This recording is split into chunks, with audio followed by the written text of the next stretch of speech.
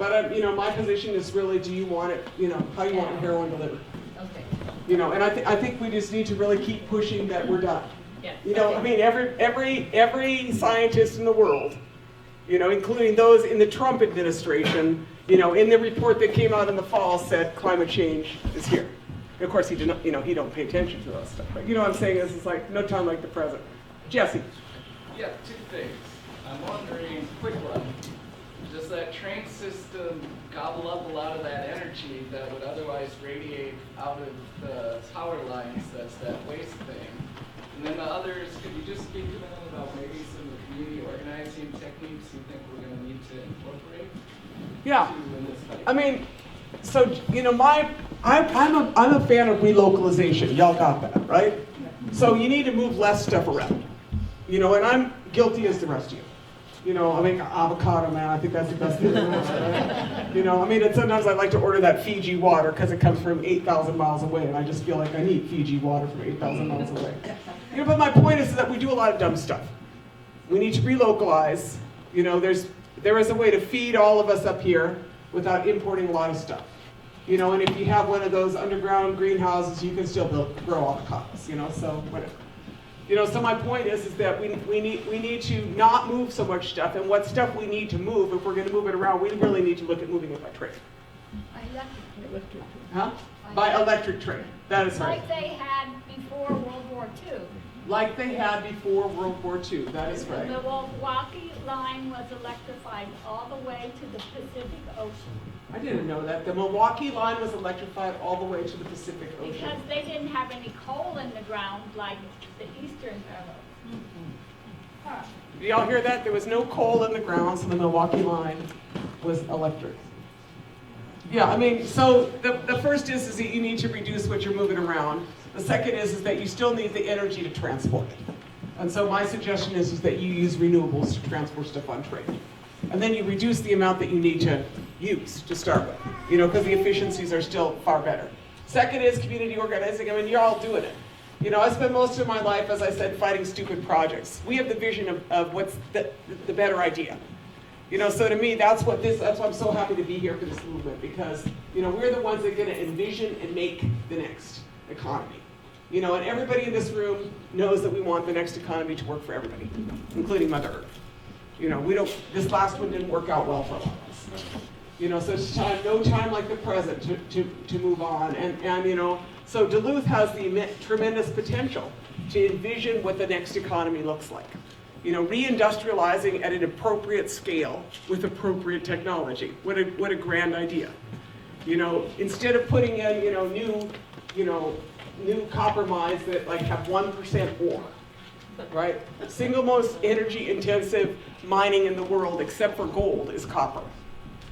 So, you know, right. So how many new power plants does that mean? Right? You understand what I'm saying? I mean, they're saying that all of the energy lines are worth 2 nuclear power plants.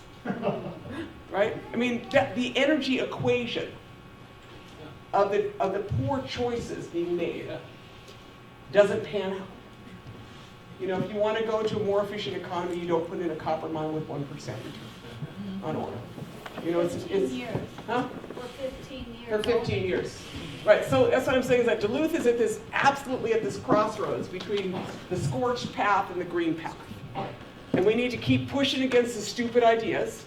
And you know, everybody in here knows that water protectors are going to be on the front lines if those projects go ahead. Because this is our water. You know, you can't stand on the sidelines on this one, whether it's the Polymet mine or whether it's the proposed Enbridge line. We should not let those projects go ahead. We must be on the front. You know, I intend to be there. My 60-year-old self will be there. You know, I'm like right there with every granny I know. You know, but at the same time, like, you know, how about if we try to avert social crisis in Minnesota, avert civil war in the north, and just keep pushing for the next energy, you know, the transition? Like, how much more cool would that be? You know, I just feel like no time like the present to make make the cool future. Okay, I think I got time for like one more question, then she's going to key me off here. One of the big things that is going on right now is in climate change. You have places like Miami that are flooding almost daily. Yep. You know, and how that should be brought out and refocused. I mean, so that people start seeing it's happening right now, and it's going to get worse. It can't get any better, and it needs to be brought out and focused on that it's happening. And here it is. You can see it daily in Miami. Bingo. Right, and I feel like we, I mean, I bum around the country with a huge fossil fuel impact, I'm sure. But, you go out there and you're like, wow, that's like another freak storm, right? Yeah. Like one more freak storm and one more, like you go someplace and you're like, whoa. I mean, the golf ball size hail is now common on Pine Ridge. Knock out their crops. They're looking at they're looking at growing in like these bunkers of half underground greenhouses. I was like, we should probably do that too. I mean, that's like how crazy it is out there. And then, so I feel like we're not Miami. We're not that bad yet. It'd be better to like, I'm all for that elegant transition from the fossil fuel era. Like, I don't want to crash my way out of this baby. I want to plan. I want to start reducing it, and I want to start thinking of the transition. And so, we are ahead of it. And there's places that it's going down and the transition is going down. I've been watching Puerto Rico. A lot of bad choices made, but there's also a lot of people really working hard to solarize that country. Because why would they import 99% of their power? That's the dumbest thing I ever heard. They would do it because the United States made them do it. With the Jones Act too, so. Yes? Another energy. Last one, okay? Yeah. One last energy question, and it deals with the north. Edmonton in particular. I don't know if you've been keeping up with what they're doing with Enerchem in Edmonton with their from waste to fuel. They're creating fuel. They built a plant there, and I don't know not much about it. They're not. We don't get anything about it here, and it's real hard to find information about it. But their municipal waste plant is turning their waste into biofuel, Right. basically, Yep. methane and ethanol. And I was just curious if you had heard anything about that. Not that facility, but 15, 20 years ago, I was in Rhode Island, and they had one of those facilities. I mean, taking landfills and turning, the methane that comes off of that into something that generates power is what you got to do. And then you need to reduce the amount of waste. I mean, because that's half of our problem right there. Recycling doesn't really exist anymore. And I'll give you a perfect example. This is a Duluth idea. So you all figured out, I'm like travel bum, right? I could go here. So it was in Missoula, and I'd heard about this place. It's called Bayern Brewery. And you know what they do? They're the only place in the Northwest that re-washes beer bottles. Right? Think about the energy savings of not having to crush and remake bottles. Remember the old milk bottle, right? So if you took the brewing industry in Minnesota and went to the same thing that Oregon and Montana are going to, which is these thicker bottles, that don't break so easily, and then just brought them in and got them refilled. That's what they're doing at Bayern Brewery in Missoula. I was like, that's a Minnesota thing to do. I mean, so to me, like the answers are, people are doing it. And so I'm like, someone in Duluth should say, we're going to do that. Someone in Minneapolis should just say, we're going to do that. Huge energy savings. So to me, that there's like such good potential, for doing cool stuff. And I mean, as you can tell, I guess I want that divorce. I want to just work on cool stuff. Anyway, thank y'all so much.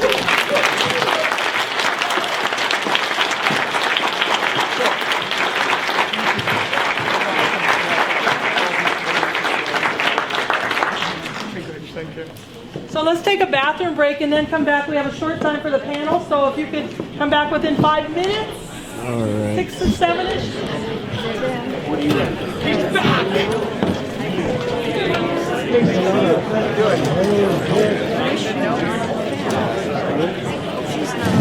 Anyways, okay, everybody.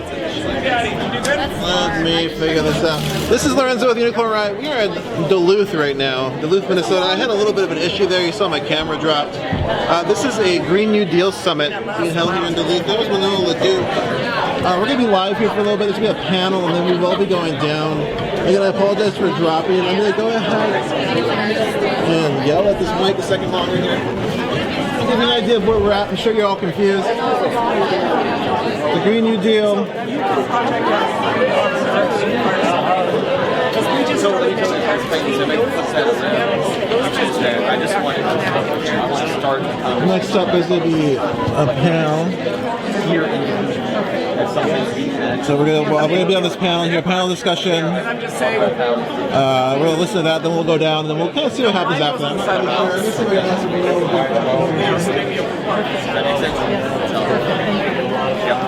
Came across something really cool in New York City.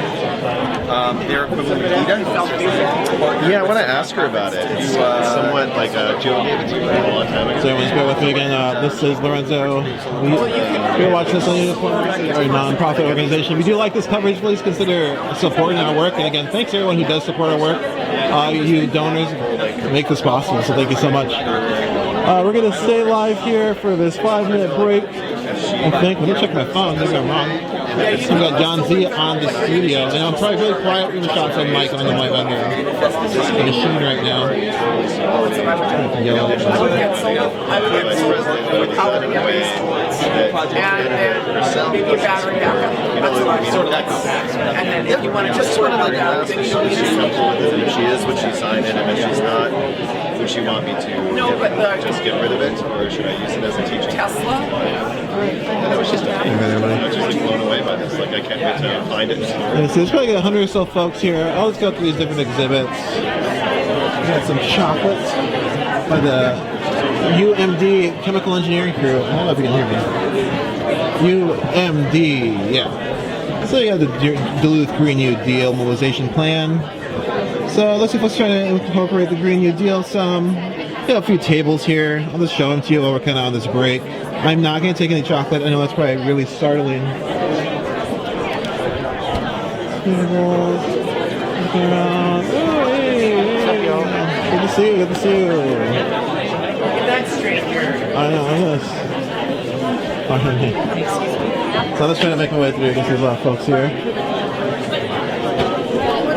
I'm going to walk outside, see this works really quick, to show you in that presentation there was a mural. Let me show you where that's at.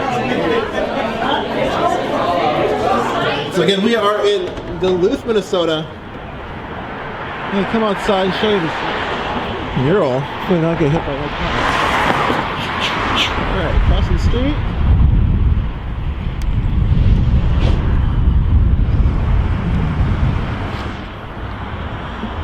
And this is where we're at. We're at the... And then there's this giant... Alright, let's go back inside. I just wanted to show you all that. It's kind of chilly.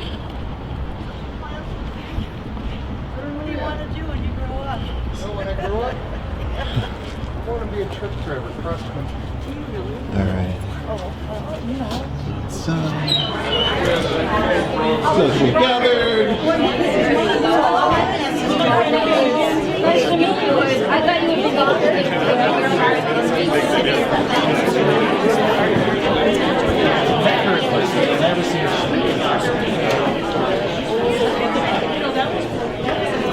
When we started realizing what we were doing to the planet, there was a mass movement to make it individual. That whole native, I don't know if you've read about this, but that whole native, that was intentional to make us think it was our own. Yeah, I was waiting. I apologize. Corporations polluting our system. Unbelievable.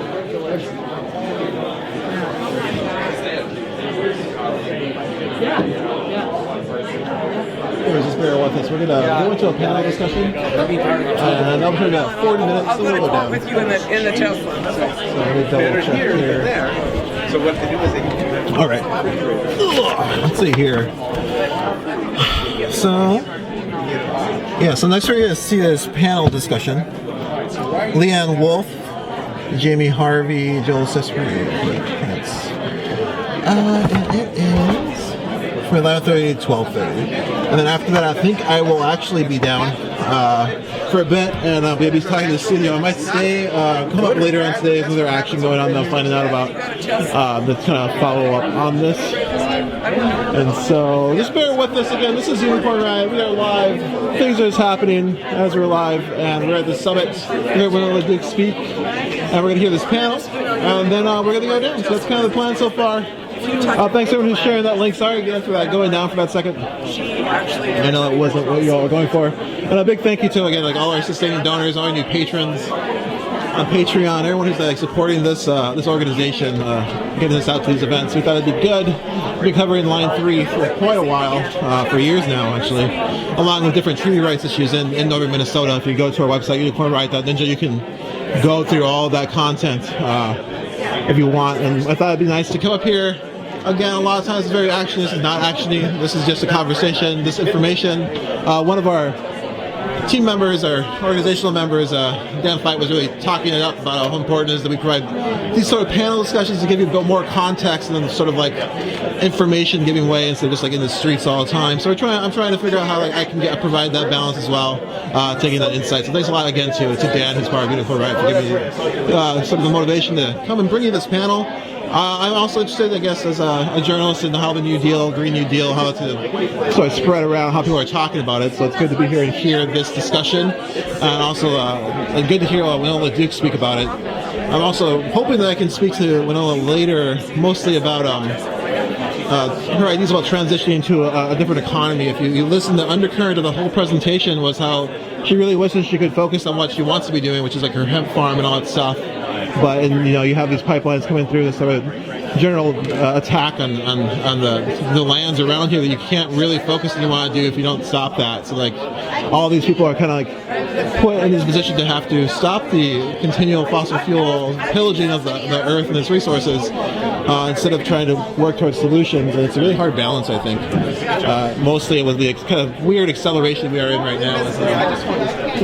North of us you have the Canadian government buying up oil pipelines, and then in the United States you have the government opening up fossil fuel permits to try and make the permitting process quicker and trying to take away states' rights to deny permits. So what's going on here in the United States? Right? Anyway, I wanted to ask you something.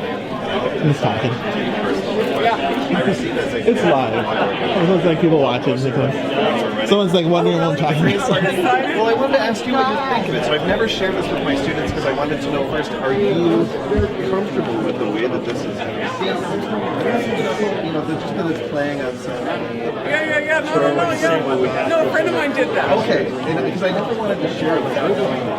Oh no, and that's me on my horse. Yeah. And that was my horse that actually just got some.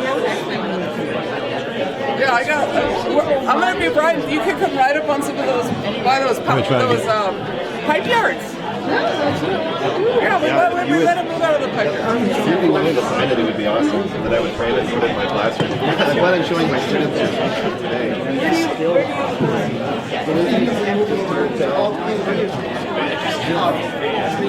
Bear with me, I'm going to try something else. Oh, I would love to. So you find sure. I would love to get a copy of the PowerPoint and then I think that's No,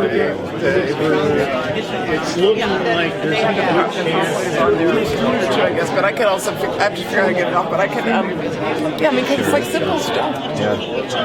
And this isn't doing nothing. I do, but I'm not using that. I'm not using this. We're always torn between are you pitching one side? It's just like a shoulder rig. Just trying to share the climate crisis. Which part? And we need to inform our children how to move forward. Yeah. Right? Looks like it's Shoulder thing. Like, here's the way. Here's what you can do. Yeah. And we're live right now. Yeah. Well, thank you. I feel inspired and thanks for your wisdom. Oh yeah. No, thank you for having me. I will go look around. Okay, great. Get on the stage, but I know they have. Thanks for being with us. I know it's in between times. I think the panel's going to start soon. Thank you. I was just going to ask a question on camera. I guess okay, well, that's funny, but as somebody who follows a lot of climate information and is around a lot of people who are sort of following it, how do you keep your hopes up? How do you... It seems like there's always bad news when it comes to climate news, right? Like the glaciers are hollow. Everything everyone said, like the time frame we were wrong. It's faster. Everything is always happening sooner than they thought. And so it's like you're somebody who's involved in trying to stop this. All the news is always like it's accelerating. So how do you kind of keep yourself together? I don't know. That's my question. Well, okay. We gotta. we got a beautiful world. I'm really grateful, and every day I wake up and I'm like so amazed at how beautiful it is. And so I just want to be in this world. You know, I live in a place where there are frogs, there are wolves, there are bears, where the wild things are. And so, you know, my agreement is that I keep my deal. You know, and in return, I see this beautiful, you know, this beauty. And, you know, I know that the Wendigo economy has laid to waste much. But I also know that our people have killed Wendigos.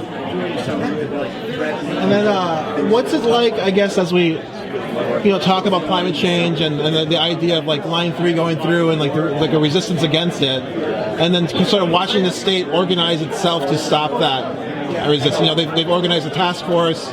They're holding tabletop, you know, exercises in National Guard camps with different police forces. They're bringing North Dakota sheriffs in to like train folks, which they are doing that all over the place. Yeah, and they just did it at Fond du Lac, right? In Fond du Lac, yeah, exactly. So in Fond du Lac, they did tabletop exercises with them. So what's that like, I guess? What is that like to be in the middle of that? They have no idea what they're facing. You know, because this is not North Dakota. 68,000 people testified against that pipeline. Nobody wants that pipeline except for a few people who think that they're going to have a job. You know, they have no idea the significance of the resistance. And my question is, you know, to Minnesota, my question is to Governor Walz, are you going to shoot me for a Canadian corporation? That's the question. Are you going to shoot me and a bunch of 60-year-old ladies to put that pipeline through? I don't think Minnesota want to do that. And I also know that, you know, every other pipeline has been stopped in the courts. You know, we're going to do everything we can to stop this pipeline in the courts. And it's this race, you know, between investment and divestment and pipeline infrastructure. They are, you know, this is a very high-risk venture for a corporation that has lost 2 pipelines. You know, this is number 3. They're out. Yeah. I'll be around. I'm tired. I figure people are curious. I'm curious. She's willing. So yeah, She's trying to. Feels good. Keep going. She's probably sitting. Believe in the future. Okay. Here's our Tyler support. Yes. All right. So that was Winona, LaDuke. I just wanted to ask you a couple questions about, if you don't know, so after Standing Rock, sort of all the sheriffs or whatever became like celebrities to sheriffs and other people who are gonna be basically defending their land or defending like fossil fuel interests in different territories across the United States. During Standing Rock, if you were watching and listening, a lot of the trainings where the police are being brought in to be trained so they can prepare for when this happened in their own territories. So if you look at a lot of the coverage we did of that, police are brought into North Dakota from all over the country, sheriffs, different law enforcement agencies to train because they all assume that this is something like this would happen in their territories eventually. And so now we are here in Minnesota. You know, 2016 was the Standing Rock, 2019 now, you know. Like, we don't really know what's going to happen besides we know that things are at least changing somewhat, or at least the ability, I think, for people to ignore climate change is slowly disappearing as the sort of the consequences of it are just becoming more and more apparent. And so that's where we're at now. Again, and as I was asking, Winona, LaDuke, if you've been following climate change for like a decade, it's not really good news. And most of the stuff you're hearing today that's happening that people are shocked about are things that people talked about a decade ago. You know, that these places are going to start flooding because Miami's going to start flooding. All these things are talked about. Now they're happening. And so the only reason it's shocking is if you didn't spend a lot of time reading those articles. But, you know, so with somebody who's following that, it's really hard to keep your kind of scene going when the news always seems to kind of pile up bad. You know? So, okay, we're going to watch this here panel, and then we're going to go down. So we got a little more time with me. Thank you so much for sticking through. I'm going to go sit in the front chair here. Try to give you a little center view. Again, I am Lorenzo, your host. We got John Ziegler on the back end there. Thank you so much. We are Unicorn Riot, part of the organization. Right now, bringing you this coverage. We have members all over the country. And I think if I sit in this chair, I'm going to take it away. And again, we are a non-profit media organization. So if you do like this coverage, Please go to our support our work page, become a recurring donor, go a patron, give some crypto, or just share the link, whatever you want to do. But thanks again for your support. Here is the panel. Thanks for joining us here on UnicornRiot.ninja. All right, I think it's time to get going. We don't have a lot of time for our panel discussion, and we have 5 people up there. They'll each have about 5 minutes, so they're going to be speed speakers. I will be pretty diligent about shutting down the conversation when I need to. Can't hear very well. Sorry about that. Let me try the other one.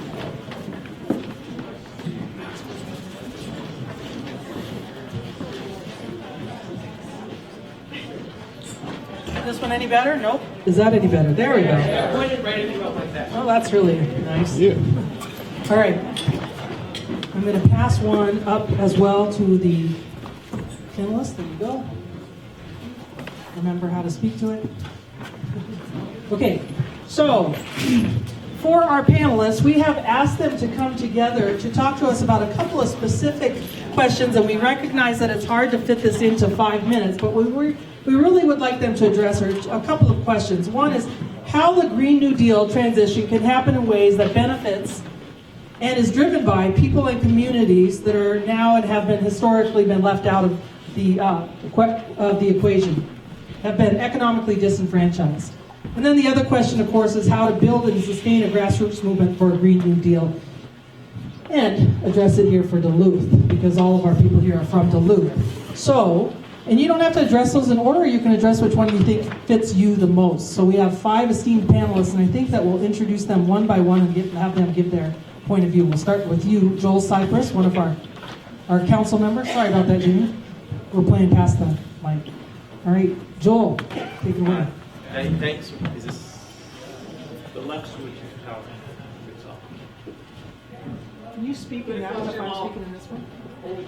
How's that? Anything? Yeah. All right. Awesome. Well, this is great. It's great to see everyone here. This is an awesome event. Thanks for everyone who put this together. I'll just get right to it. I would like to start a conversation here in the city of Duluth about who actually controls electrical generation. And in fact, I would like to start a conversation right here in Duluth about public control of electrical generation.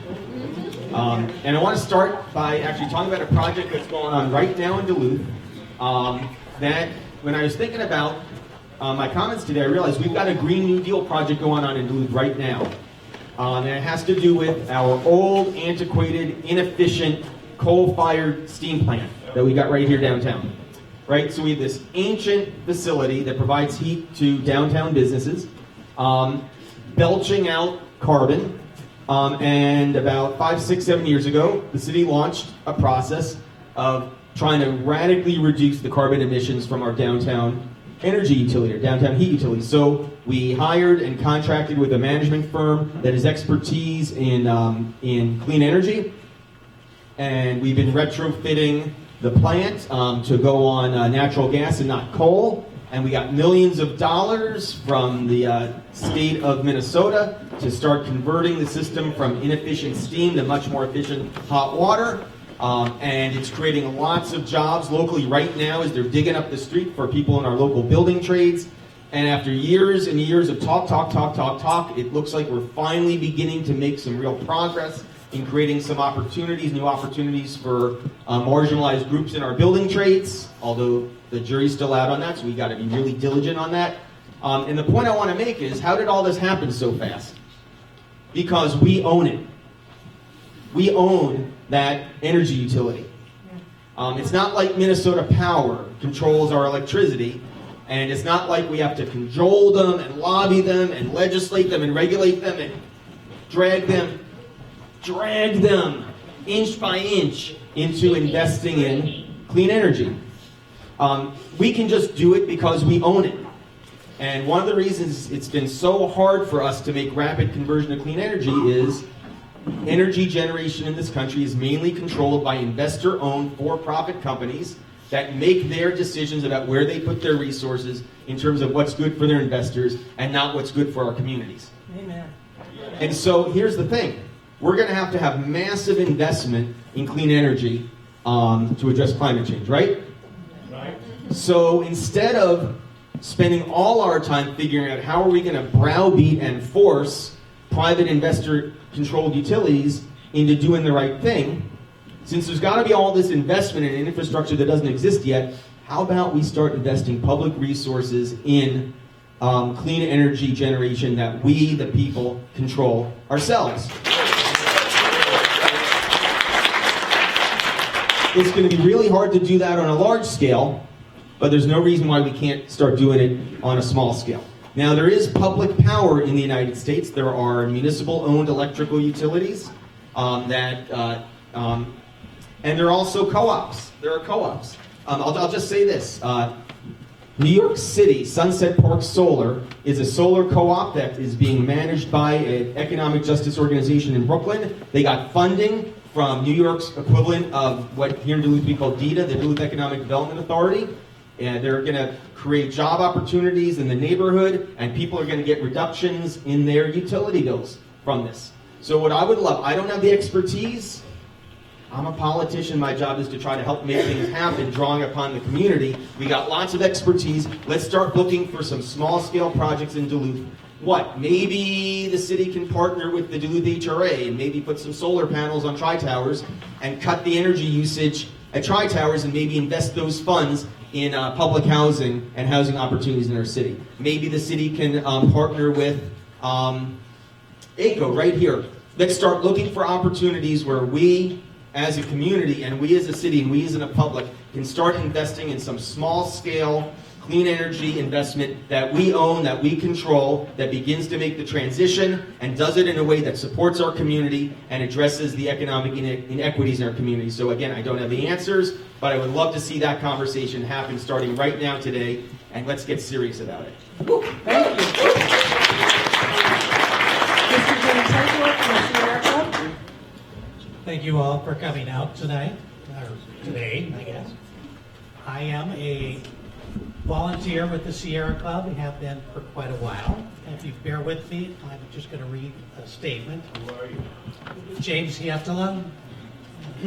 And it's to explore, enjoy, and protect the wild places of the earth, to practice and promote the responsible use of the earth's ecosystem and resources, to educate and enlist humanity to protect and restore the quality of the natural and human environment, and to use all lawful means to carry out these objectives. That almost sounds like something out of the Green New Deal, but what it actually is the mission statement for the Sierra Club. We are member-driven, and we have a lot of the same goals that the Green New Deal does. I work as part of the clean energy team here in Duluth, and we've worked hand in hand with Minnesota Power to do a better job of creating clean energy. Minnesota Power keeps trying to pull their hand away and get away from us, and we keep pulling them back, pushing and trying to direct them. And it's exciting to hear Joel talk about the city of Duluth taking over that, because I think they wouldn't be so disagreeable with working with us. The other thing that we've worked on is energy issues like Line 3, and we've pushed, cajoled, and tried to do what we can to prevent that. We see the long-term disaster. Why are we making an investment like that when we know we don't want it 10 years from now, 20 years, 30 years? We don't want it. I'll talk a little bit about my personal perspective. I'm an electrical engineer, and for 6 years I worked for one of those investor-owned utilities in Illinois, but I'm familiar with what drives them. And it is stockholders, it's not citizens, it's stockholders. Then I worked for over 20 years for Grand Rapids Public Utilities, a municipal electric, water, and sewer utility. While I was there, I built a house in Warba, Minnesota, and decided to build it off-grid, wind and solar power. Now, I knew a lot of people in the industry, and they assured me that you can't do that in northern Minnesota. It won't work. That was 21 years ago. It's still off-grid.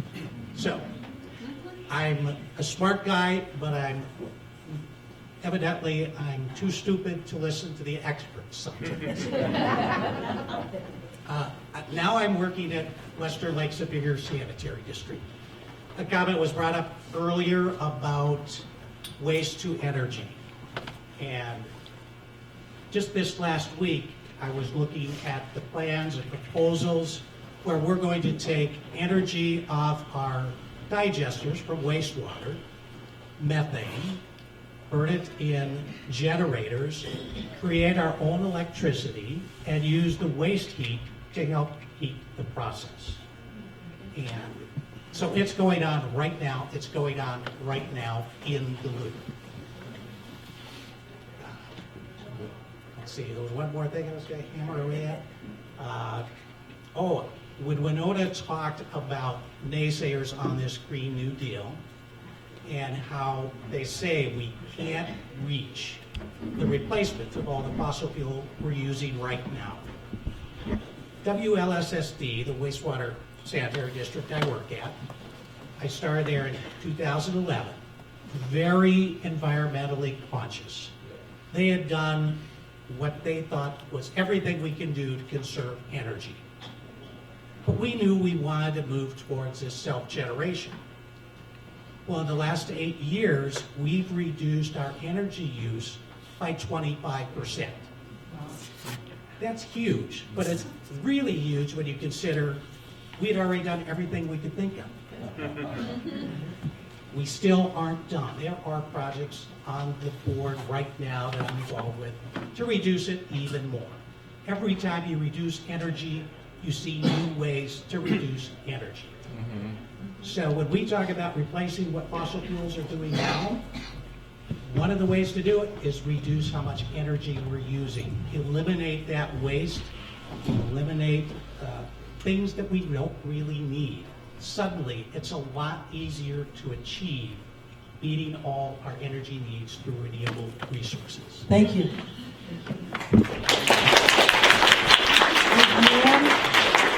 Leanne Little Wolf from ACO. Leanne Little Wolf and Digicaz, Indisogesic Indigo. Speak louder. Yeah, let me see if I can you hear this? Okay. Mainga Nendudane, Gazaga Squad, Jamaica, Ojibwe. And just really grateful to be here. My name's Leanne Little Wolf. I'm the Economic Development Director here at the American Indian Community Housing Organization. And I'm going to talk about quite a few things, and I try to put it all in 5 minutes. And try to use this microphone the best I can. If you can't hear, just raise your hand, please. Yeah, if you have trouble hearing me, just let me know. Okay. So, one of the things that I've been thinking about here is what we bring is ourselves. Wherever we go, that's the most important thing that we bring. And when I sit in this room, I look at these kids that are on the wall. This is Through Our Eyes exhibit.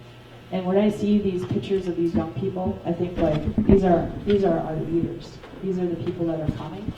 And also though, we can't discount ourselves that what we do matters as well. And a lot of times, the work that we're doing, like I'm thinking about the Green New Deal. I read through the legislation, I get super excited about it, but I start to think about how this work has started so long ago.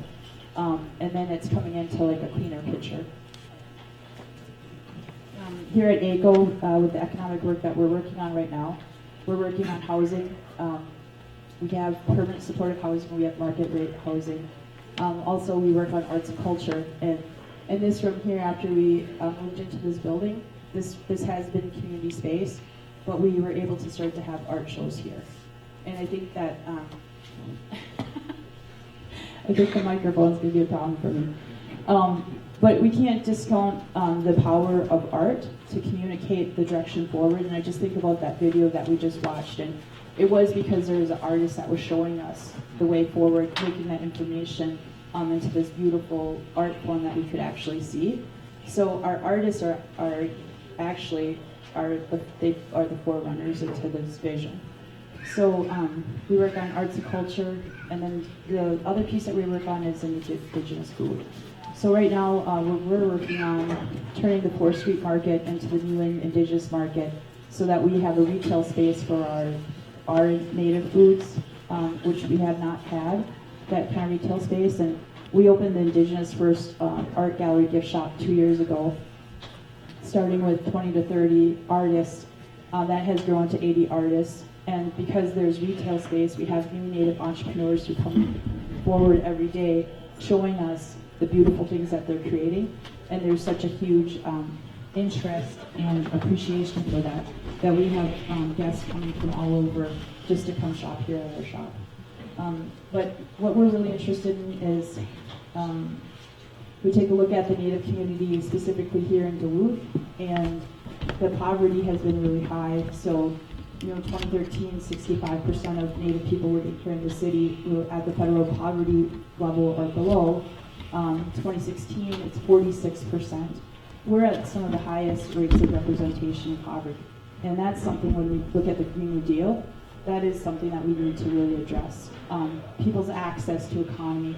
So here at AGO, we're a nonprofit, we're American Indian focused, and we've been able to build assets, community-owned assets in the form of property. So we have apartment building where we can rent out, there's 10 units. We have this building which we're able to use this for a lot of community-based events and education and actually movement building in a lot of creative ways. And so later this afternoon, if anyone's interested, we'll be doing tours and I'll talk more specifically about how we're doing that. But I would say, like, for the Green New Deal, it is really important that we have this approach where we're all included and we think really deeply about the resources that we have present, which I really do believe is our community and what each of us can offer and do. We each have a piece in this. So, miigwech.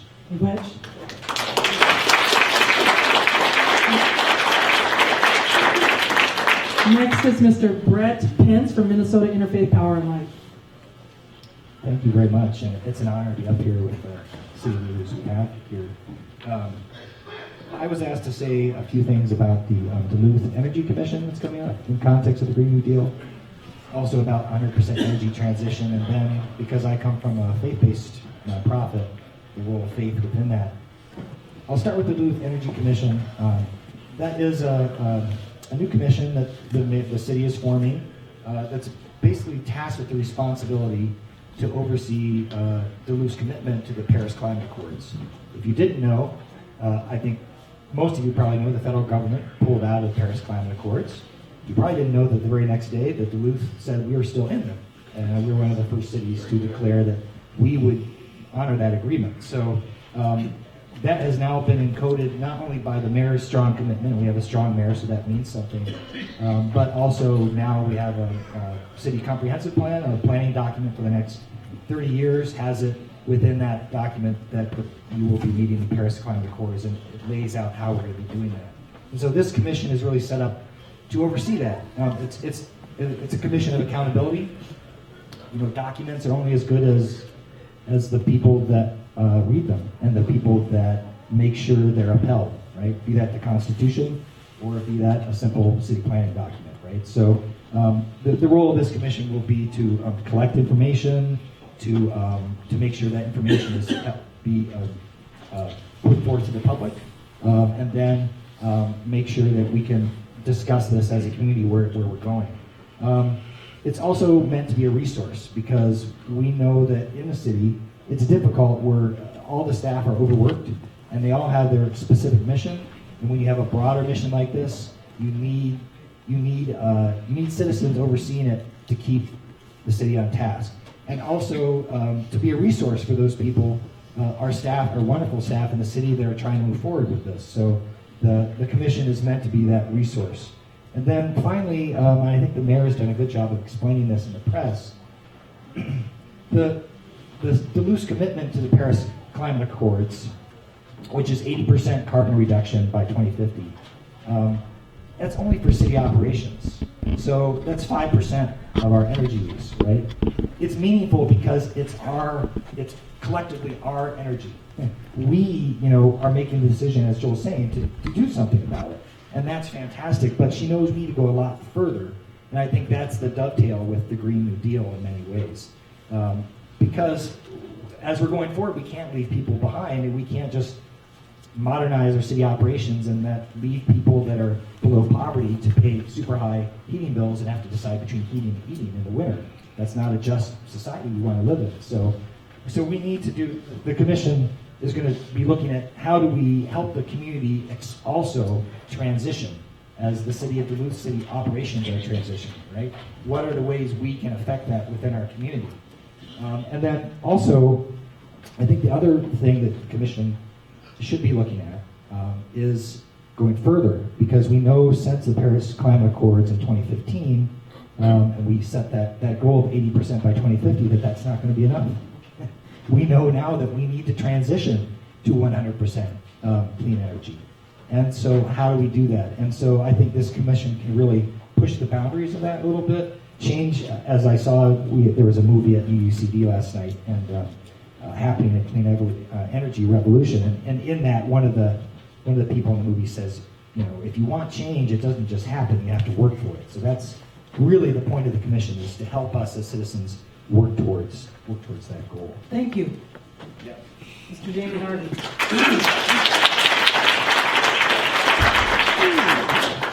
Thanks so much. Jamie Harvey, I'm the coordinator of Bag at Duluth, which is not an organization, it's a campaign of organizations, and I think every organization in this room is actually a member of the campaign. I know I was asked to speak to how we bring people who haven't been typically part of the conversation into the work that we're doing. And frankly, I don't really know. Although what I do know is that we have a racial hierarchy of human beings that's baked into our educational system, our every economic system, everywhere, our healthcare system. And so for me that's at the core of what we all collectively have to do. How do we walk with loving kindness, right? And see each other for the true whole beings. And so at the core of Bag at Duluth, it's not about what we're trying to do is get a city council ordinance, right, that would put a fee on single-use bags, make straws available only by request, and to phase out styrofoam. This is a simple thing, but at the core of it, right, at the core of it, is about how we fall in love with ourselves and the planet and all beings on this planet. That's our calling of our time. And it's in the context, right? It's in the context of how in Duluth we can be the epicenter, right, of a whole new circular economy. So this gets to what Winona was talking about. So we can talk about energy, gas, electricity, and so forth. But we have to remember that a lot of that is built into the products that we use, embodied energy. So we have to think about not only the panels and the solar panels, but what's embodied in there. Right? So we know that if you move towards a circular economy, which essentially is an economy in which waste is taken out of the system, which is actually listening to Mother Earth, right? Earth doesn't make waste. How do we, so that's what a circular economy is, but intrinsic to that is that we can't have disposable people and a disposable planet, right? So it's a mindset that we're fighting. So the Bag It campaign is just, we're fighting a mindset. And so that's at the core of what we're trying to do, because we think in Duluth there's this deep love, the sacredness of this place, right? We have a strong sense of community. But interestingly, right, we're having a little bit of trouble moving on the mindset.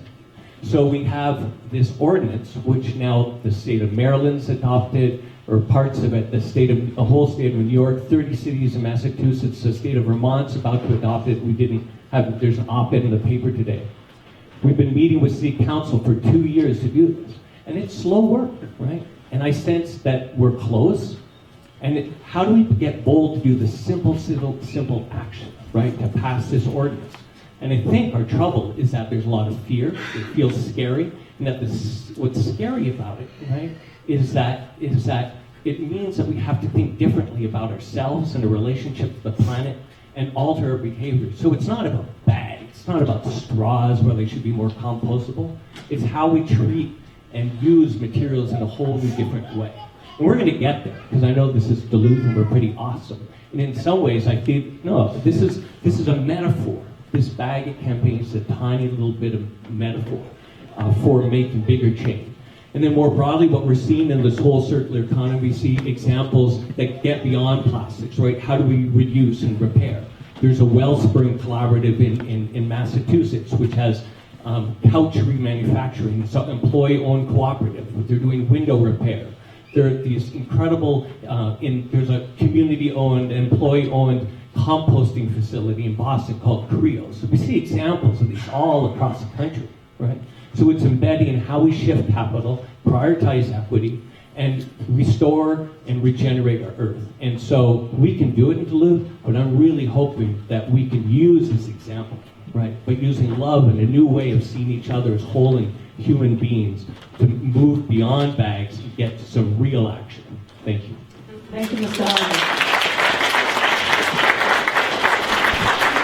The questions, I'd like to point out that one of the reasons that we came here together today is to emphasize community. So Winona did a really good job, I think, of pointing out, that she too, like all of us, are part of this economy where we're using a lot of things that we don't really need. So we're contributing as individuals. But what we really want to emphasize today, and what we really want the Green New Deal to point out with the Green New Deal, is that this is a collective movement of an organization. So yes, individual acts are important, but even more important is what we do as a community and coming together. So with that in mind, I'd like to have some questions go back to how we're going to get the disenfranchised parts of our community involved. And I didn't hear it from all of you, I have to say. Yeah, And then the other piece is, how do we build a grassroots movement that includes all of us? So, get some questions going. Go ahead in the back. I'd like to plant a seed. I live in Superior, and we get the garbage. We have a reservoir that we haven't. We have a reservoir that we haven't tapped in our landfill. It costs a lot of money to put a new one in. How about, as Karen Diver said, getting together with another community? And it's the funding part, maybe, and the organizational part, but we have the skills in this room to do it. And I would like to see an energy source from that landfill that comes together. And you guys, you have the expertise. How do we do it?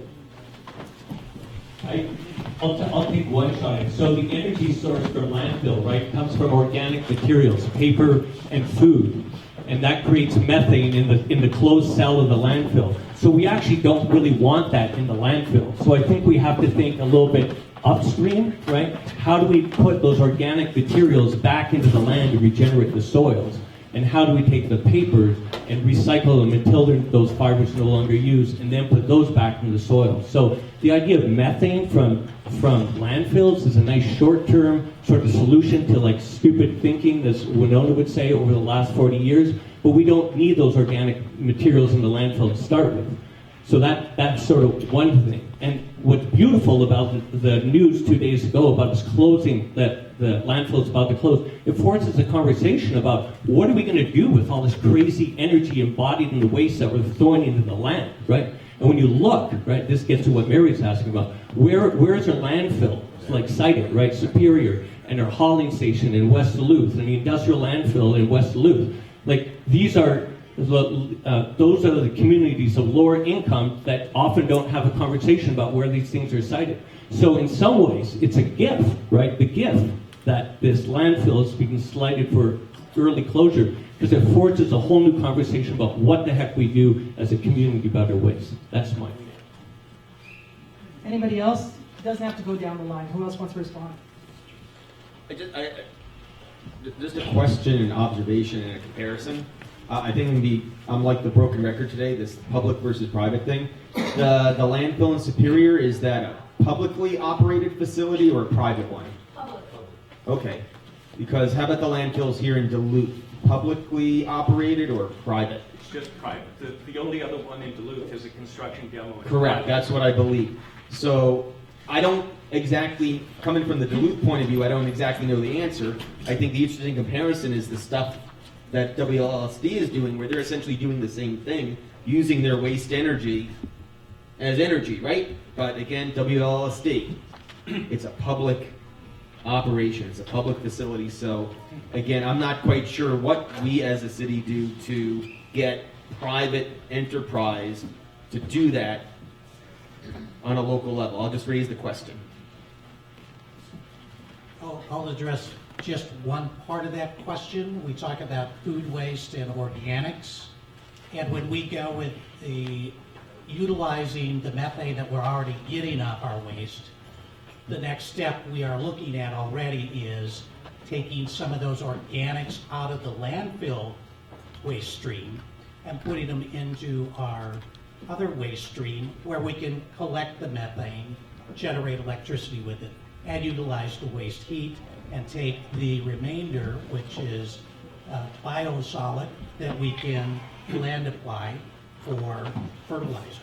So it is a circular system. But the critical thing, again, is let's make less waste. And we're at the end of that stream. We aren't at the start where all that waste starts. There's too much in the way of packaging, and our whole society is so built up on waste that it's a waste of energy to create it, and then we're throwing it away and landfilling it, and it's a waste in every step of that process. I don't have a good answer for that. I know the Western Lake Superior Sanitary District works at it and tries to come up with ideas of education, but we definitely aren't there. Beth? I'd like to address this question to Mr. Joel Cypress, who's on the city council. How can we work together to protect Lake Superior? How can we make a resolution that she is an entity just like me, just like you, just like all of us here, and she needs protection? And so that it would be really hard for every, or for any kind of permit that could cause harm towards her, towards Lake Superior, towards our life-sustaining mother. Is that something we can do together? Because I would organize right now. Thank you, Babette. One of the reasons I think a lot of people in this community, and some of us who are in elected leadership positions, have been so outspoken, for example, on the PolyNet issue, is that we feel, and I know people in this room feel, a personal obligation to protect Lake Superior. And while we do not have any formal authority, there's nothing we as a city council can do to pass something that would make it impossible for PolyNet, for example, to move forward. We have a lot of influence. We can have a lot of influence. And some of our local elected officials have been trying to use what influence we have to protect Lake Superior, whether it's through a city council resolution asking for a contested case hearing on the PolyNet permits. I have expressed my willingness to support a resolution like the one passed in the city of Carlton that actually just flat out called for not approving the permits for that project. The reason that you haven't seen more city council action is that there are only a minority of our city councilors who have been willing to do that. That's why you haven't seen collective action on the part of the city council. You've seen individual city councilors willing to speak, but not the city council as a group. And for that to change, one of two things has to happen.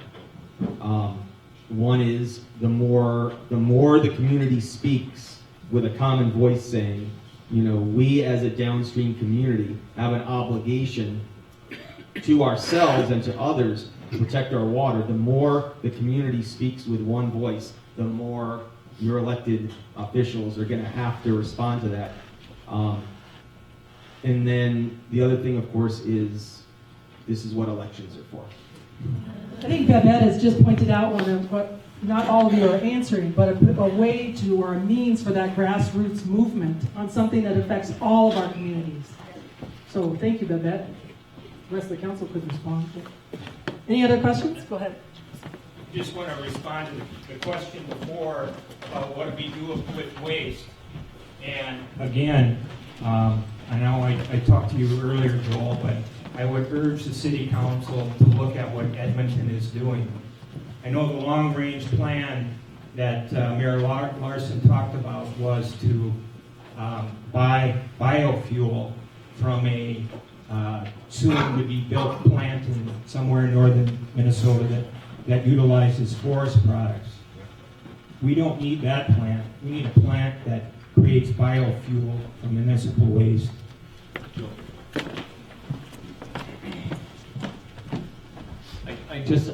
I don't know the specifics of the plant in Edmonton. I'm a Canadian, Winona, and just there are other Canadians out there. Just FYI. Building that wall, I'm building that wall, buddy.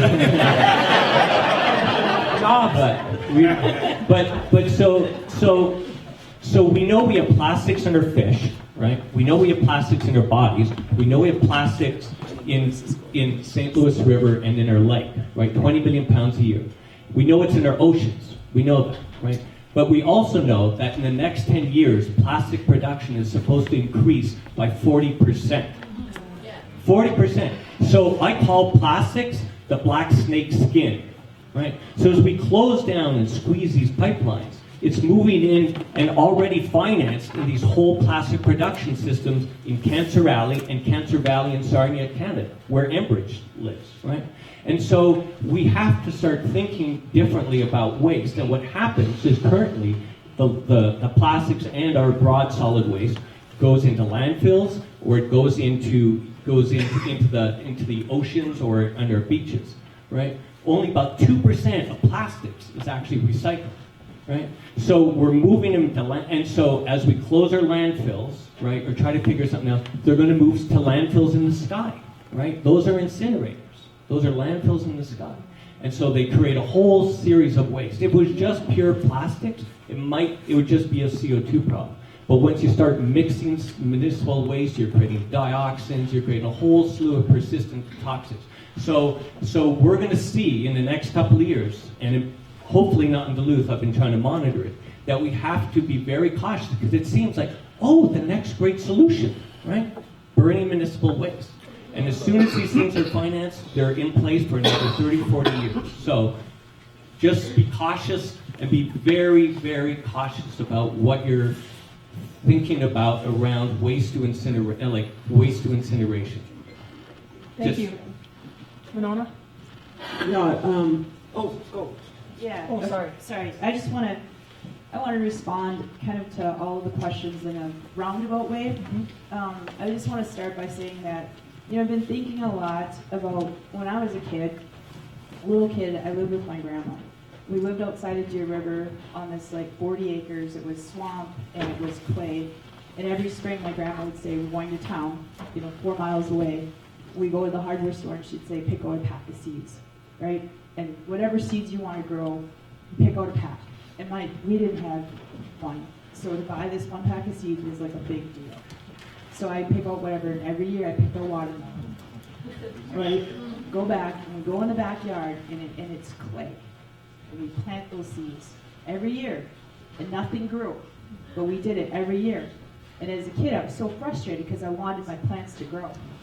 So when I was growing up, I never thought I come from even though we called our home the farm, I never considered myself a farmer. I never considered myself a gardener. We never had this big lush garden. But, that's my mom's mom. Now, we go to my dad's mom. She came from Bear Island, right? And just like a month ago, I'm at the Indigenous Farming Commission, or the conference in Whiter, and there's a man there talking, and he says, listen, I have Bear Island flint corn. And that family grew that corn on that island.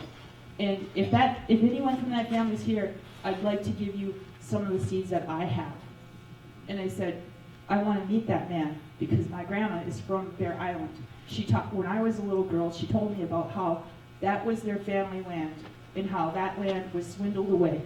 And then when she was growing up, she worked on the resorts around that area, making a little bit of money, knowing that that was her land.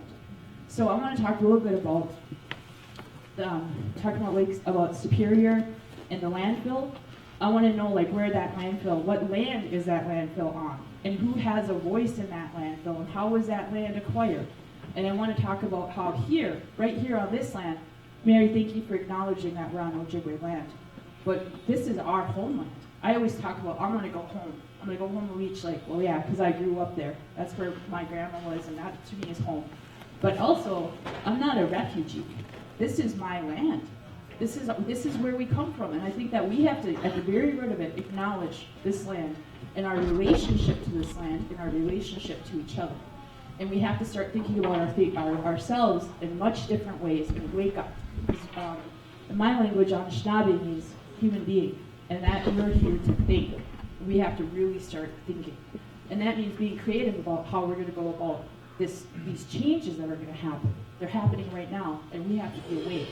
So I'm really serious when I talk about these kids. And I know everyone in this room has so much knowledge and so many resources, and we have to figure out a way to connect to each other so that we can share that. But there's so many people who are not in this room. Like every one of these kids on the wall, I wish every one of these kids were right here listening to all of this and getting to know you, because we have to figure out a way to close those gaps and share that knowledge.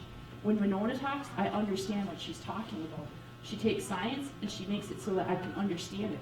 And then I can care about it, and then this fire in me, it starts. And that's what we have to do. We have to open up and start, we have to find those sparks, and we have to breathe in them, and we have to share that breath, and we have to make that fire grow. And that's what when you talk about the disenfranchised, we have to think outside of ourselves and start connecting.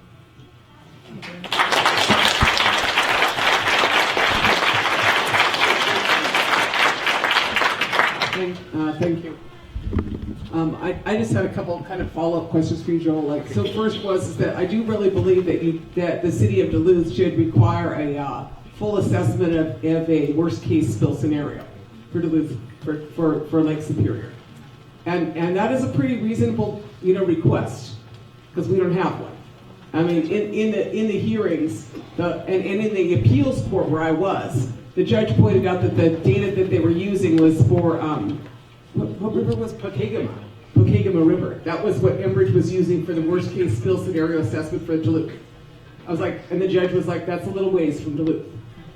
So my point is that the city of Duluth has the right to know what the impact of this line would be. And so that's one request to the city council. I believe you should ask for that. The second thing is that in reference to what Babette was talking about, I think it's the city of Cleveland that passed the rights of Lake Erie. Yes. Right? Wasn't it the city of Cleveland that recognized the rights of Lake Erie? Now, I understand that there are differences between what a city council resolution is and a state regulatory or a federal regulatory process. But we all know that this lake is the lifeblood of our territory. And so I think it'd be awesome if the city council would pass something that recognized the rights of Lake Superior. If a corporation can have rights. Yeah, I feel like the lake. So, it's stuff like that. Thanks, Winona. And just on both of the points, to be absolutely clear, city council resolutions can carry great power, even if they don't have legal force.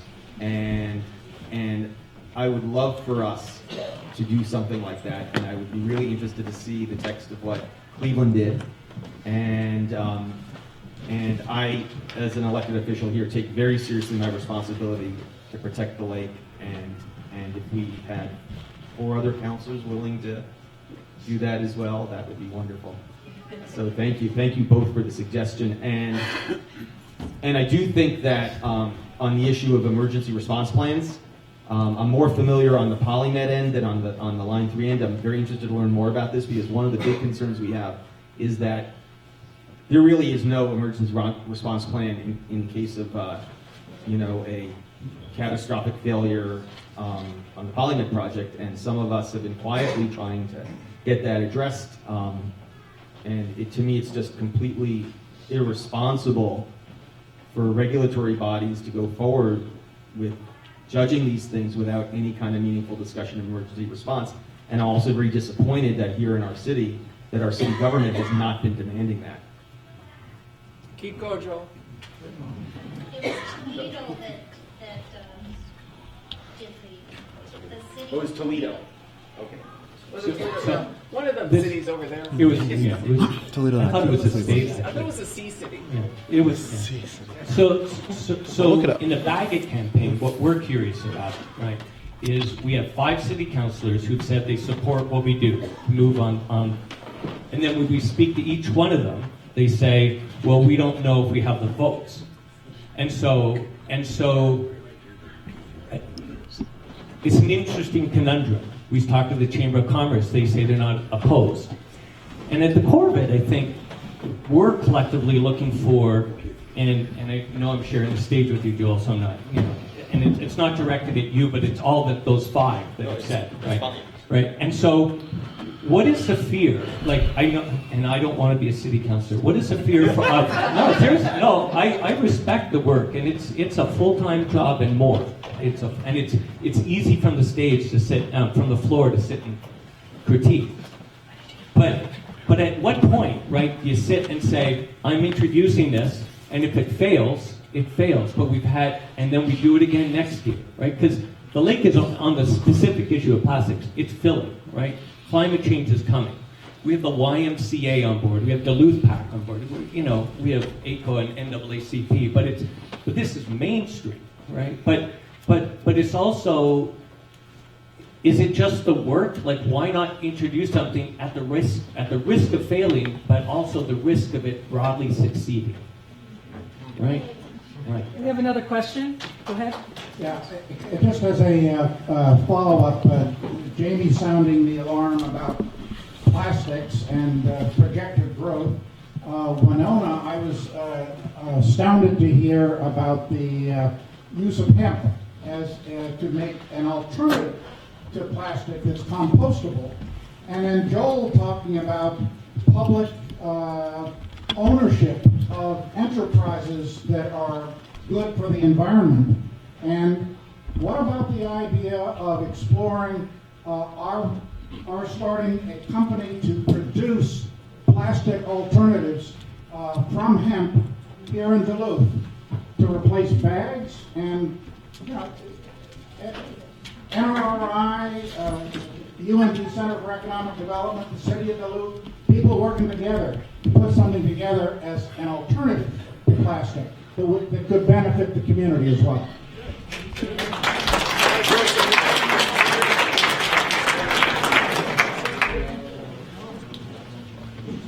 So, are you suggesting that sort of a publicly owned manufacturing facility Right on. alternative to plastic? Production. Okay. Whatever it takes to get it off the ground. I'm getting, as the representative of Twin Ports Democratic Socialist America on the stage, I'm going to sound a note of warning about the difference between pursuing public power versus something like that. The thing with public power, why I really emphasize that is, we know that it's financially feasible. We know that if you bring the right players together with the right financing and the right model, not only is it not a risk to our community, not only is it not a risk to our city finances, it's a benefit. I mean, the city of Duluth, about a year ago, took $1 million from our city reserve and bought a share in Minnesota Power's solar farm. And I voted for that. That was a good thing. And we're actually going to make the money back and more so it's good for taxpayers, good for city finances. And I think to myself, if we can take $1 million out of our reserve and make a financially wise investment in Minnesota Power's community garden, why can't we just do the same thing to support co-op production or public ownership? So to me, that's really straightforward. The difficulty, and I love the idea, John. I love the idea, but in that case, you put our public finances at risk because if the market isn't there, I just want to say that in terms of where we put our city money, I would just say I would love for us to focus on the things where we absolutely know it's going to pay off, it's going to work, it's going to make a difference. But I'd love to hear more about this thought. It's a really interesting idea. Does that make sense? As a former economic development person, there's the risk reward analysis has to be done. Right. And there's certainly potential, and there's a growing market for it because we all recognize the need for an alternative to plastic.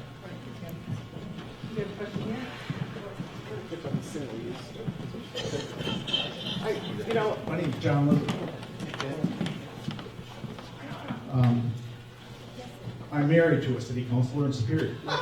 Joel and I, we've worked together for many years. one of the things that's been a real problem with the fact that what I see with the government and You've got to speak into the mic. the government and the organizational process that we have here is the fact that we have groups like ALEC and other types of corporate organization that have controlled our government so much that at the local level and at the county levels and even at the state levels, there have been so many restrictions put on that things like the cities can't do anything. Like in Wisconsin, we can't do anything about bags. We have people screaming at the local electrician, the elected officials in Superior about doing something about Enbridge. Well, they can do all they want as much and try to lobby behind the scenes, but they have virtually no power to do anything. Even at the county and state level, they've been restricted. Now, Duluth is a beautiful city. Superior, we like most of it.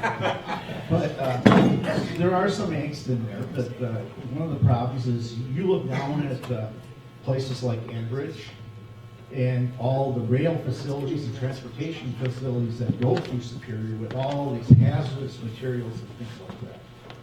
And then you have the labor people who are worried about their jobs, so they fight some of these pushes to protect things because they think, well, if they take away our jobs, what are we going to do? So how can we find ways to work with labor, to work with the government to change things so that the people have control instead of corporate, and also to get some ways to find methods to bring those labor people who are afraid of losing their jobs into the mold and say, hey, let's find some things that we can work together to make it so that if your job gets lost, we can find good paying jobs for you or find an alternative to move you into. Let's take an answer to this, and then we're going to need to break for lunch. I'll give a super quick answer. Just an example. So people who are coming from an environmental perspective, Green New Deal perspective, energy transitions perspective, we talk a lot about really abstractly how, well, if we do this, it'll create a lot of jobs and we'll transition people into the new jobs. But it's all abstract. It's all abstract. And all our abstract talk doesn't change the fact that if you and your family rely upon construction work to put food on the table,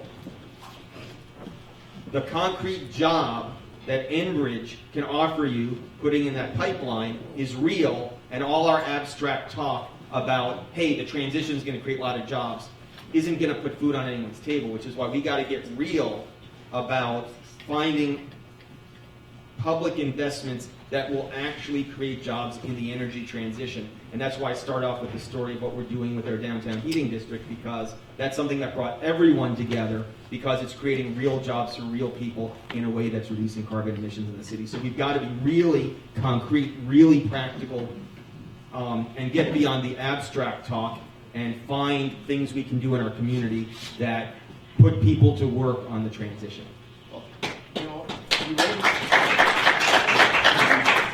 Relating to that, Joel, is I sat a couple of weeks ago with the governor of Wisconsin, and we had the budget talks in Superior, and it was real interesting because we had some union people sitting right next to me, and when they talked about the Green New Deal, the very first thing we had some of the union people going, but all the jobs, it's a job killer. And it's interesting because already the corporate world has got into the minds of the labor world thinking that this is bad. So we have to find ways to undermine that type of a thought process. Did you want to answer? Anybody else want to answer to this question? So I'm going to talk broadly, but I'll get around to that questioning. Maybe directly first, and then I'll go broadly.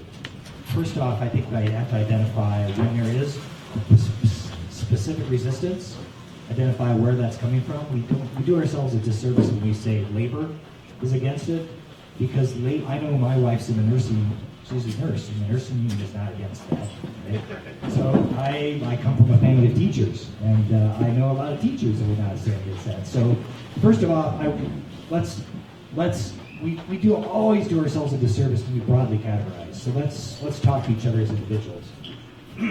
The other thing I do want to say is, since we're at the end, and I was supposed to talk a little bit about how we work together and sustain a grassroots Green New Deal. I think one thing to say is that we do a really good job at Duluth. Mayor Larson is fond of saying we're the right size city, that we're big enough to scale things, but we're small enough everyone get in the same room, and we're in the same room right now. So I think we do a pretty good job, but we need to talk to each other more. We need to recognize each other more, and we need to lift up leaders and put them on stages and make sure those solutions come forward. And I think that is, if faith, I was supposed to talk about how the faith community might have some impact on that. If there is any impact, I think it is that when faith is at its best, or spirituality is at its best, it makes you look outside yourself. It's the opposite of selfish. It's broadening compassion, to your fellow human beings, to animals, to plants, to the lake. Right? And so I hope that is a place where faith communities can also be of service in helping look beyond themselves. All right, thank you. Excellent. Thank you, Patrick. We are about to break for lunch, and when we break for lunch, what's going to happen is we're going to take these chairs and move them around a bunch of tables. And so you can sit around and carry on these great conversations with these folks who are up here or other people at the tables. And then after lunch, we will be having